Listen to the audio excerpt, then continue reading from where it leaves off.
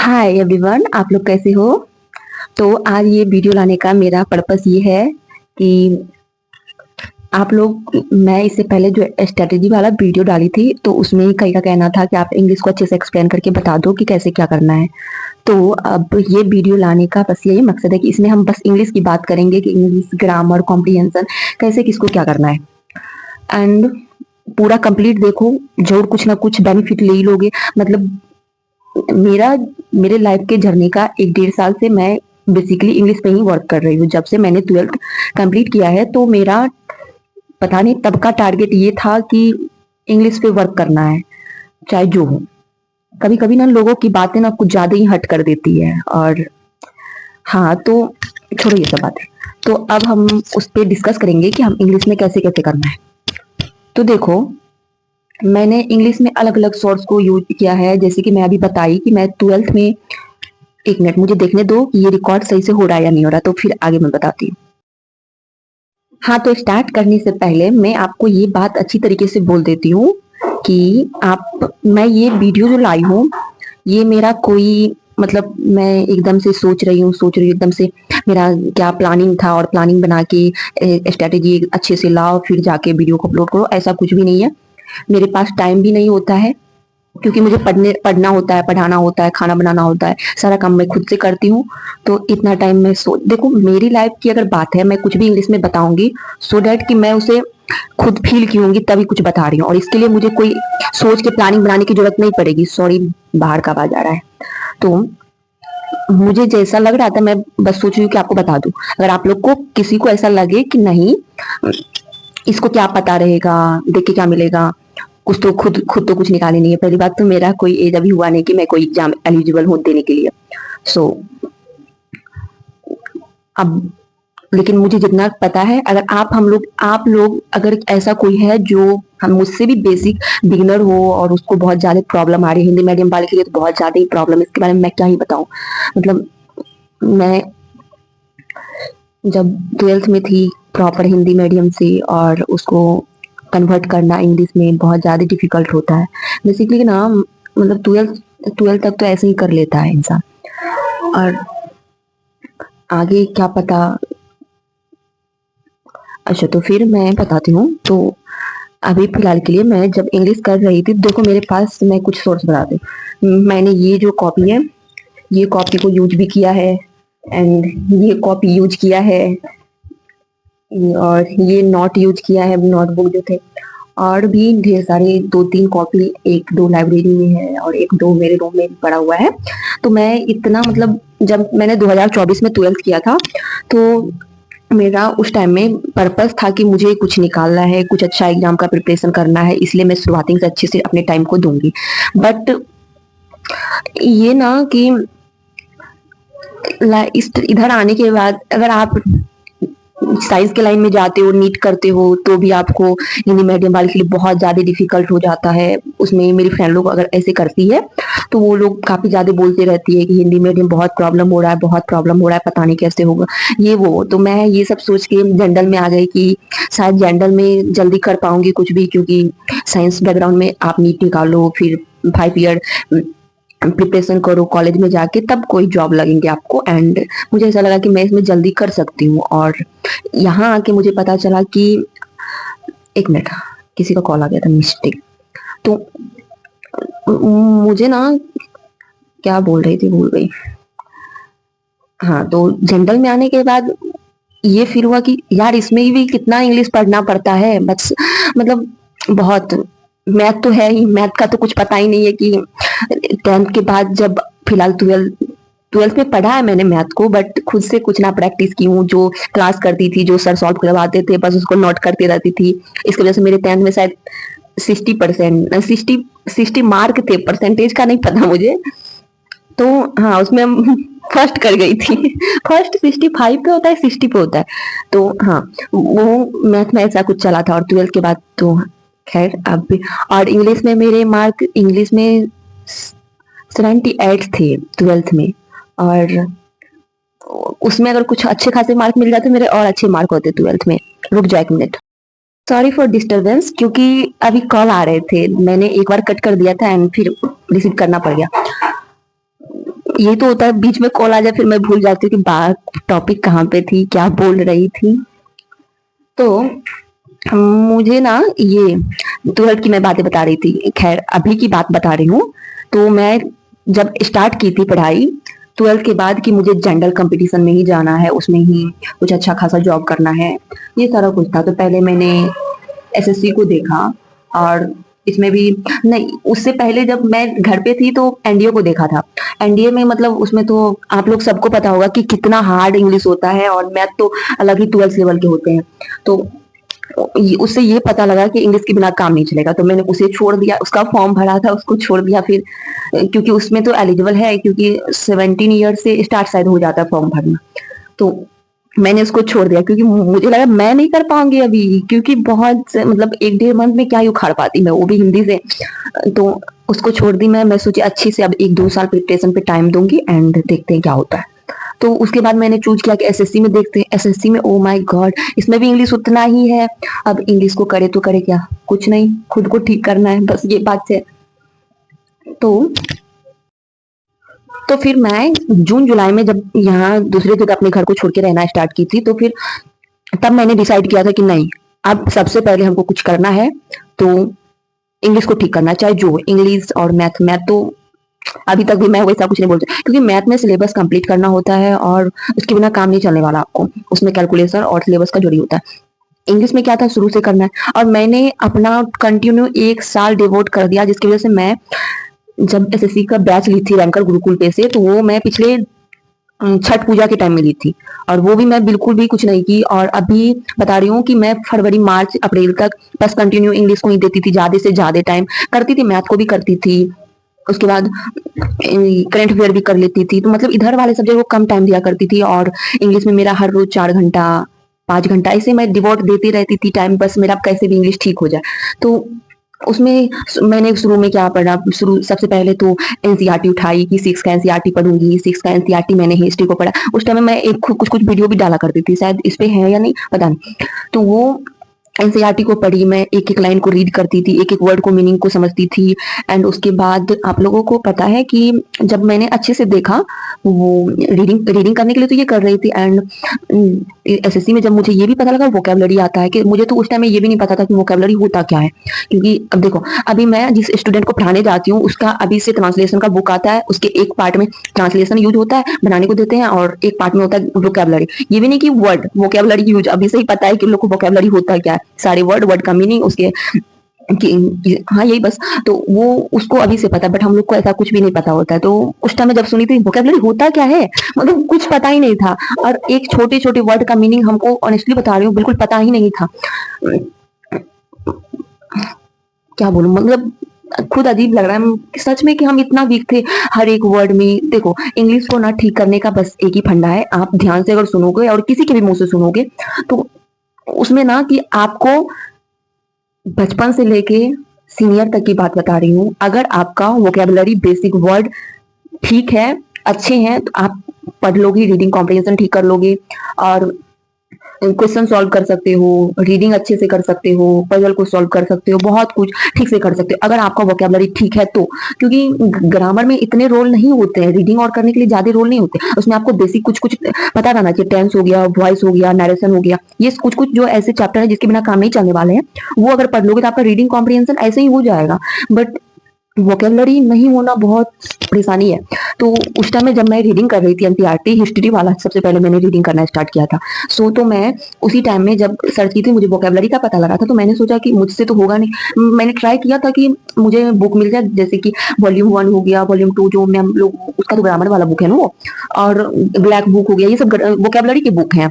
तो हमको लगा कि मैं कर लूंगी और खुद से रीडिंग करूंगी, सब प्रॉपर से सुनी। तो बोलते रोज मैं 50 वर्ड लेती थी, 50 वर्ड को याद करती थी, ऐसे सब ऐसे ही बोलते। तो मैंने भी ट्राई किया, 5 दिन 10 दिन टोटल 1 मंथ मेरे गुजर गए होंगे, मतलब काफी ज्यादा डिप्रेशन सा फील करने लगे, क्या मुझसे होगा नहीं, मतलब उसको याद करते रहती। फिर आदित्य रंजन सर के कुछ ऐसे भी वीडियो थे जिसमें मैंने ये भी सुना था कि आप सर्च करोगे तो पता चल जाएगा। तो सर बोलते थे कि हम लोग के टाइम में रीड करा करते थे, बस रीड करा करते थे, इधर उधर घूम घूम के रीड करा करते थे, तो याद हो जाते थे, और नहीं याद होते थे तो हैंड पे लिखते थे। मैं वो सारा कुछ ट्राई ट्राई की थी।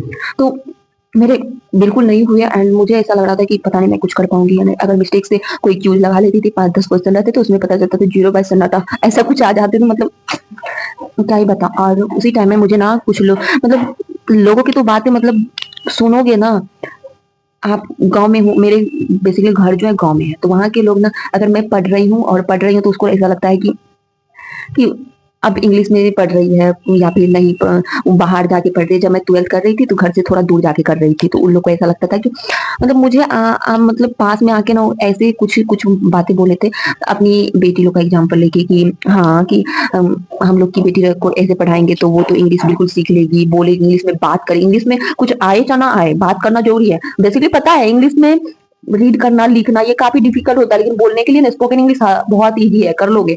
अगर आप रेगुलरली अगर आप इंग्लिश वाले माहौल में चलो जाओगे तो इंग्लिश वहां से सीख लो। अगर आप हिंदी वाले माहौल में रह रहे हो तो हिंदी सीख रहे हो ना, कोई सिखाने नहीं आया था, तो हिंदी में इंग्लिश में भी ऐसे ही होता है। बट उस दिन ना बहुत हर्ट हुआ था, तो मैं बता ही नहीं सकती। तो उस टाइम से काफी ज्यादा मतलब थोड़ा डिमोटिवेट फील होता था कि क्यों नहीं मुझे वर्ड याद हो रहे हैं, क्यों नहीं मुझसे रीडिंग हो रहा है। मैं रीडिंग भी नहीं कर पाती थी। मुझे अगर बेसिक सा 2-3 क्लास का बुक देते तो मैं उसको रीड नहीं कर पाती थी, मतलब इतना डिफिकल्ट होता था रीड करना। तो उसके बाद मैंने रीडिंग स्टार्ट किया धीरे धीरे धीरे धीरे बहुत, मतलब जहाँ मैं पहले रहा करती थी एक रूम पे, तो वहाँ की जो आंटी की बेटी लोग थी वो 2-3 और 7-8 में पढ़ती थी, वो इंग्लिश मीडियम से पढ़ती थी, तो उसका मैं बुक लिया करती थी, फिर उसके बुक को मैं रीड किया करती थी।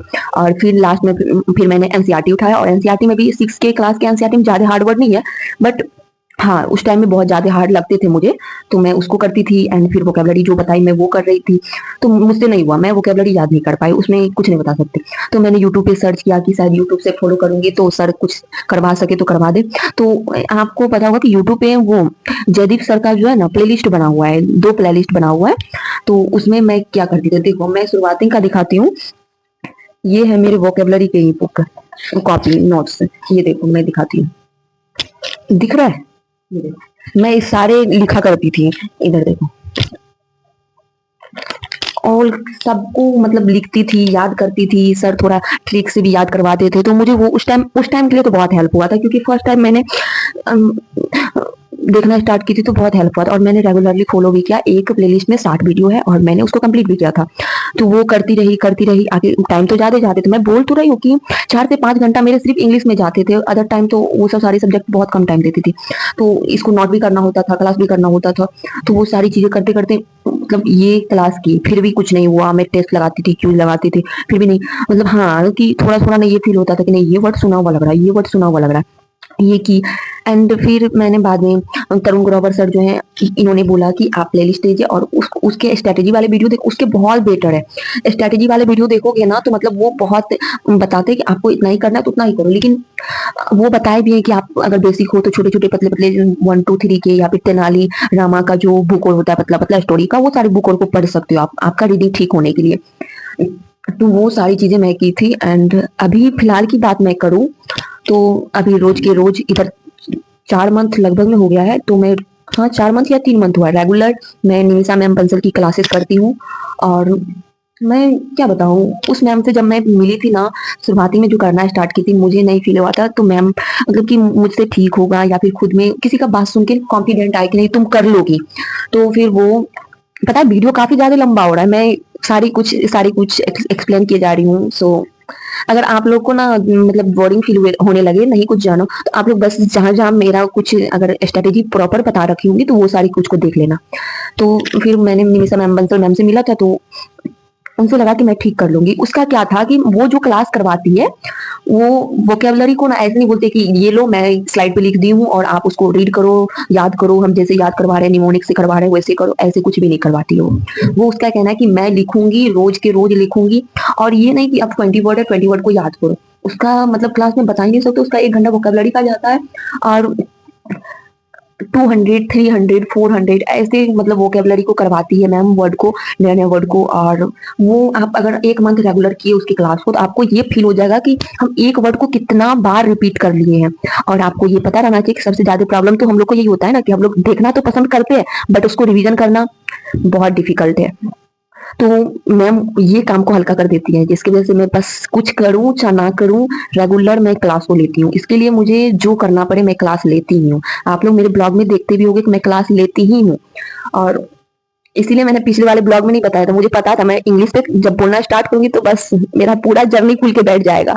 तो अभी फिलहाल देखो, अभी मैं 4 की स्टूडेंट है, 5 की स्टूडेंट है, उसको मैं पढ़ाने जाती हूँ, वो प्रॉपर इंग्लिश मीडियम की है, उसका बुक प्रॉपर इंग्लिश में होता है, साइंस हो गया, ज्योग्राफी हो गया, मैथ हो गया, ये तीनों सब्जेक्ट तो कुछ ज्यादा ही टफ होते हैं इंग्लिश लैंग्वेज के लिए। तो मैं इन लोग को अगर मैं एक्सप्लेन करने बैठ जाऊँ सोशल साइंस और को तो बहुत अच्छे से एक्सप्लेन कर देती हूँ। क्यों? क्योंकि मेरे अब बेटर हो गए हैं। तो बस यही बोलूंगी। एंड ये है कि मैम का ना परफेक्शन वाला भी क्लास है, जो मैम बोलती है कि आप यूट्यूब पे करो 1 घंटा और 1 घंटा परफेक्शन का बैच करो, जिसमें मैम बस रीडिंग कॉम्प्रिहेंशन करवाती है। उसका कहना यह है कि अगर आप लॉ हो तो लॉ का मतलब ये नहीं है कि आप हार्ड सीखना बंद कर दो, आप बेसिक ही उठाओ। अगर बच्चे थे बचपन में तो उसका ये मतलब तो नहीं था कि हम वर्ड को सुनना बंद कर देते थे, हमको कोई बेसिक से सिखाने तो नहीं आया। तो उस टाइम में अगर हम बोलना सीखे थे तो हमको कोई ये नहीं सिखाने आया था कि हमें ओ आ सीखना है, ABCD सीखना है, ये कोई नहीं, डायरेक्ट हम लोग बोलना सीख गए। आखिर क्यों सीख गए थे? क्योंकि सुनते गए सुनते गए सुनते गए, रेगुलर प्रैक्टिस करते गए, बोलते गए। तो ये था। तो मैम का बस यही फंडा है कि आप इस चीज को अपनाओ तो हो जाएगा। और तो और आपका कुछ हो जाए, जैसे आप हिंदी बोलना कभी बंद नहीं करते हो, वैसे इंग्लिश को का क्लास लेना कभी बंद मत करो, हो जाएगा ठीक। तो मैं लास्ट में बस यही बोलूंगी कि मेरे 4 मंथ 3 मंथ ऐसे कुछ हुए हैं, मैं बस वो एडिटोरियल वाला सेशन लेती हूँ, उसके अलावा कुछ नहीं लेती हूँ। तो बहुत इम्प्रूव हुए और अब मैं सोच रही हूँ कि मैं परफेक्शन वाला क्लास लूँ, क्योंकि मैं ग्रामर करती थी अब बट टाइम नहीं मिलते हैं। एक मैंने ट्यूशन और पढ़ा रही हूँ, सो थोड़े प्रॉब्लम हो जाते हैं। तो मैं सोच रही हूँ कि नहीं, ट्यूशन अपनी जगह है, काम अपनी जगह है, पढ़ाई से कोई कॉम्प्रोमाइज नहीं। इसी वजह से मैं वीडियो को कल 2 रोज से एडिट भी नहीं की हूँ, क्योंकि मैं उस स्टूडेंट को पढ़ाने जाती हूँ जिसकी वजह से मुझे टाइम नहीं मिलता। नहीं तो उस टाइम में हम थोड़ा बहुत एडिट कर लिया करते थे, या फिर जो डालना होता था डाल दिया करते थे। सो छोड़ मैं नहीं डालती। तो मैं सोची संडे को, अगर आज ये वीडियो रिकॉर्ड करने का पता है, आप लोग बोल रहे थे मैं रिकॉर्ड नहीं कर पा रही थी क्योंकि इधर उधर में लगी रहती थी। आज वो बच्ची का छुट्टी था तो मैं सोची आज रिकॉर्ड कर लेती हूँ बैठ के।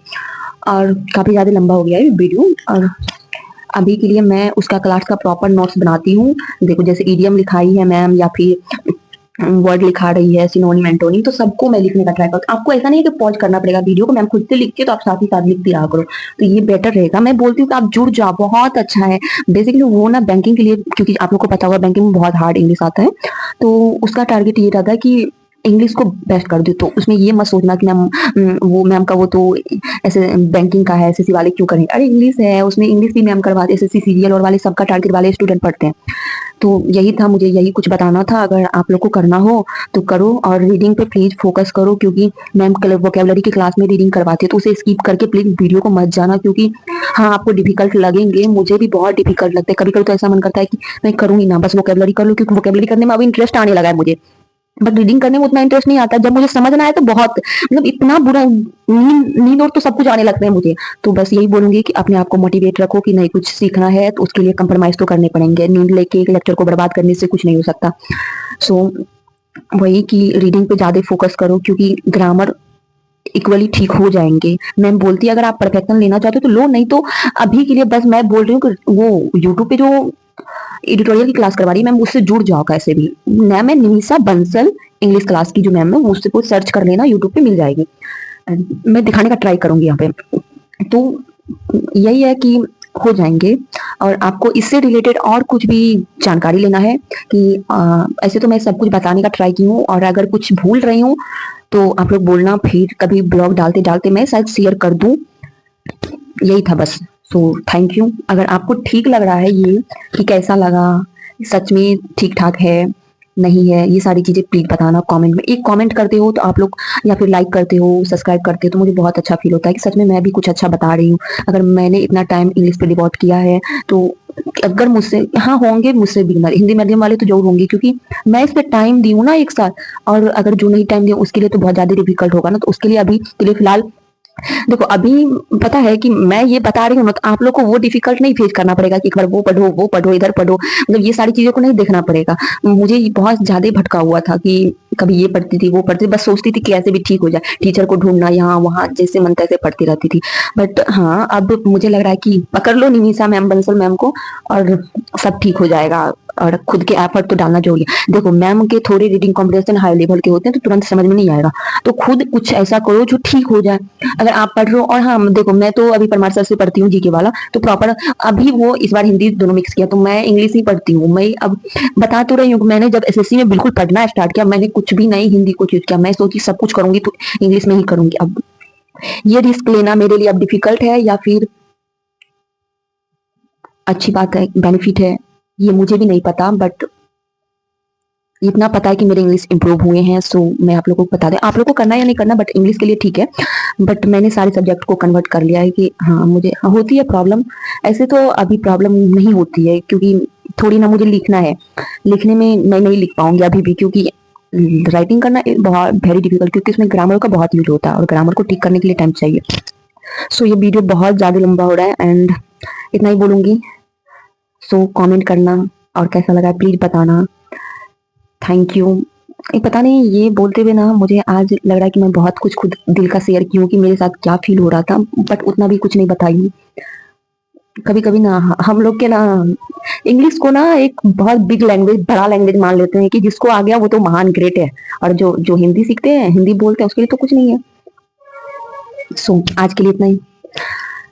फिर से मिलेंगे कुछ ब्लॉग में। अब इसको मैं एडिट करके या फिर अपलोड कब करूंगी इसका कोई पता नहीं है, क्योंकि कल संडे है और देखते हैं कि कल मैं अगर आज उसका छुट्टी था तो शायद मैं उसे पढ़ाने चली जाऊंगी, एंड वो हो सकता है तो मैं आज ही नाइट में दे दूंगी, क्योंकि कल संडे है, ज्यादा क्लास नहीं चलेंगे और मुझे रिवीजन ही करना है, तो मैं इसमें ज्यादा कुछ एडिट भी नहीं करूंगी, तो सो डाल दूंगी वीडियो। Bye bye. कैसा लगा कमेंट करना।